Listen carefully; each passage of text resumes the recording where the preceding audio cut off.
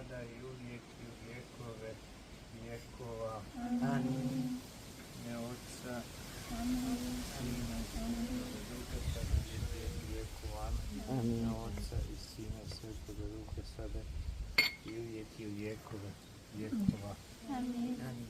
Святі мучениці, же добре страждавчество ваше, і вінчашеся, молітеся ко Господу, помилуватися душам наш. Боже, величаюше Дєву, бажаєм.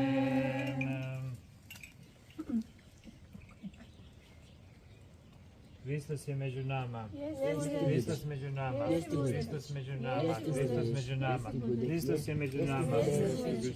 Slava Otcu i Sinu i Svjatomu Duhu. Molitani prehodobnije Isidori milostive, očisti nas sogriješeni naši.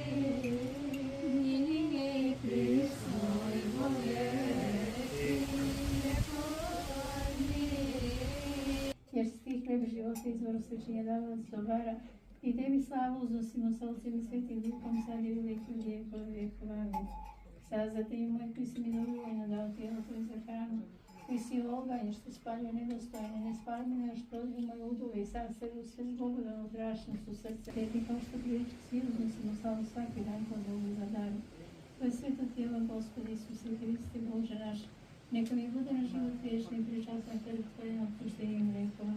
Ovo prikaše neka mi bude na radost, zdravlje i veselje i na tom strašnom drugom dolasku da su me grešom da stanem te srame slavi Tvoje. Molim Te na prečiste majke Tvoje,